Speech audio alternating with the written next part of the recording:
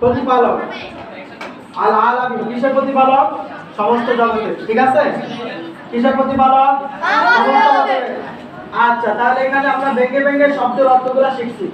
আলহামদুলিল্লাহ, সমস্ত প্রশংসা লিল্লাহি, আল্লাহর জন্য। রব্বি প্রতিপালক, আল আলামিন সমস্ত জগতে। দেখেন শব্দ শব্দ যদি আমরা অর্থটা উঠাই, অর্থটা সুন্দর হয় না। এই জন্য আমরা অর্থটা কিভাবে তুলবো? দেখেন আমরা অর্থটা তুলবো এভাবে, সমস্ত প্রশংসা আল্লাহর জন্য।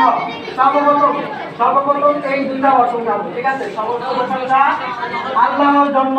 তারপরে শেষে থেকে যিনি সমস্ত জগতের প্রতিপালক, যিনি সমস্ত জগতের প্রতিপালক। ঠিক আছে, আচ্ছা এই যে এখানে লেখা আছে সকল সকল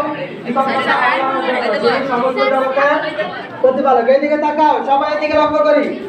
তাহলে পুরো আয়াতের একটা আয়াতের অর্থ আমরা শিখছি। হ্যাঁ, একটা আয়াতের